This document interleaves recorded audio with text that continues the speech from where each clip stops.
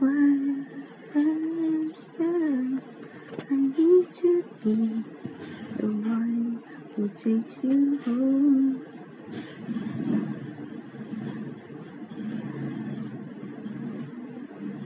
Wala na tayong panahon. Kailangan na kitang iahon.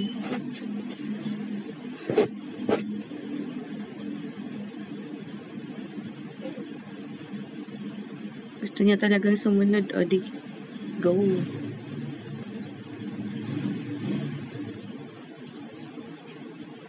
Sigurado ba ka na susundan niyo ako? Okay. Diba? Okay, sunod.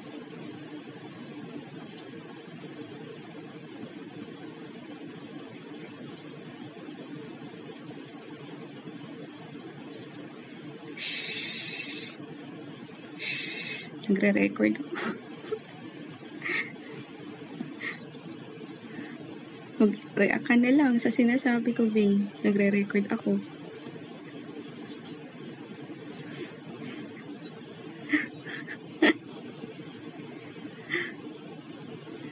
Sumunod ang gustong sumunod. Siguraduhin yung kaya niya. Aray mo. Dito pa nga lang, feel ko mauurat na yun.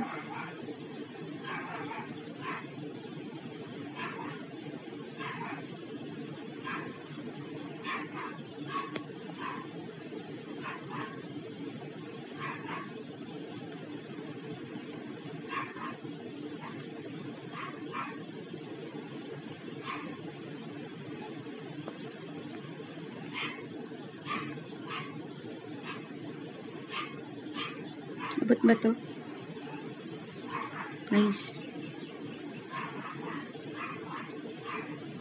Hilig talaga ni Kuya Kupal sa ganito eh.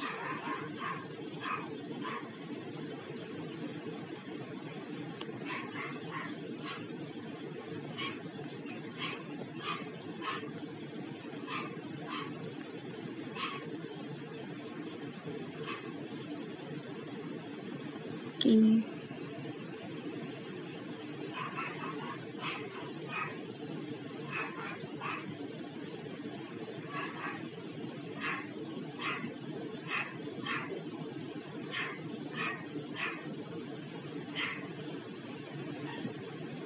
Masyadong madali para ano,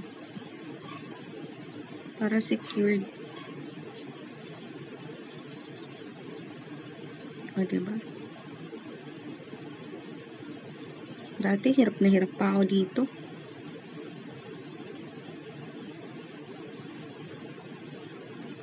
Isa talaga to sa pinakamahirap para sa akin dati.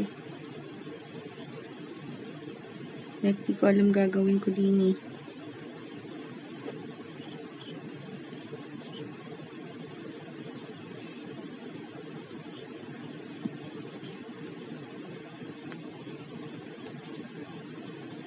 Ay, pucha, sabi na.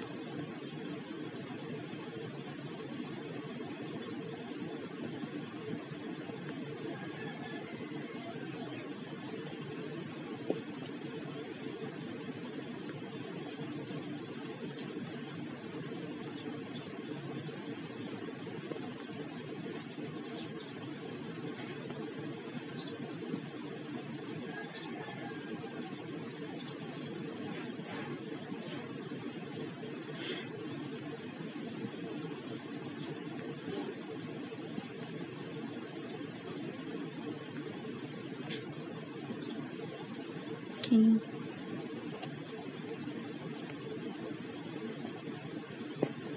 Saan na ba tayo?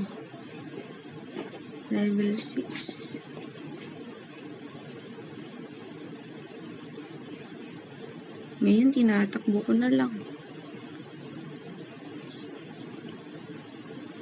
Dati, hirap pa ako dito. Wala na, tinatakbo ko na lang talaga. Uy! Tinatakbo pero nahuhulog.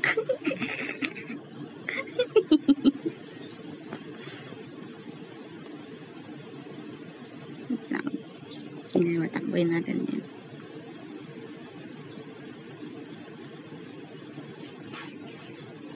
Oops! Nadulas pa. Kuya Kim, wala. O, batiin mo tatay mo. Tatay. Tatay mong kapatid mo na.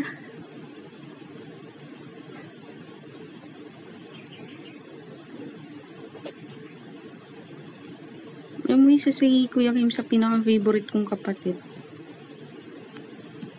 Alam na alam niya pag malungkot ako. Pinupuntahan niya talaga ako sa room ko. Pag nakita niyang malungkot ako na, mag-isa ako sa room ko. Finish na yun. Tapos na pala. Yun lang. Sobrang bait niya. Tapos tawag dito?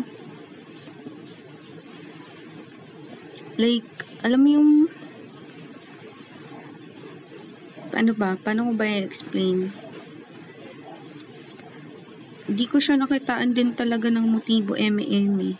Siguro at first, medyo, pero like, kung ano yung sinabi ni Kuya Kim dati na kung gano'n siya ka-loyal, gano'n din talaga yung pinapakita niya.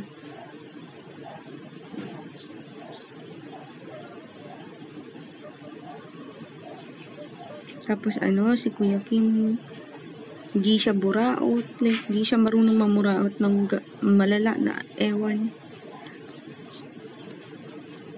Basta ganun. Kaya gustong gusto ko yung kuya ko na yun.